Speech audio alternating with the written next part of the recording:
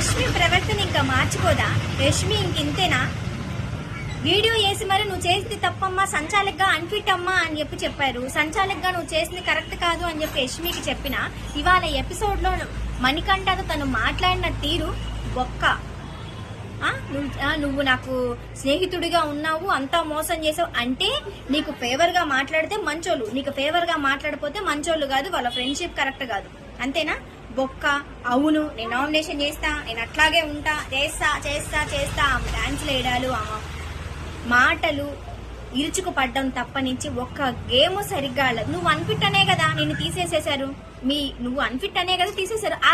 ఆ జ్ఞానం లేకుండా యష్మి ఇవాళ ఎపిసోడ్ చూడండి, మణికంఠ తను మాట్లాడిన తీరు చూస్తే తనని అసలు మీరు సపోర్టే చేయరు, అట్లా మాట్లాడింది. ఒక అమ్మాయిలా మాట్లాడలే తను, అంత సీరియస్ గా మాట్లాడింది. ఇవాళ ఎపిసోడ్ చూడండి, కంపల్సరీ అలా అనిపించడం నాకు కామెంట్ చేయండి.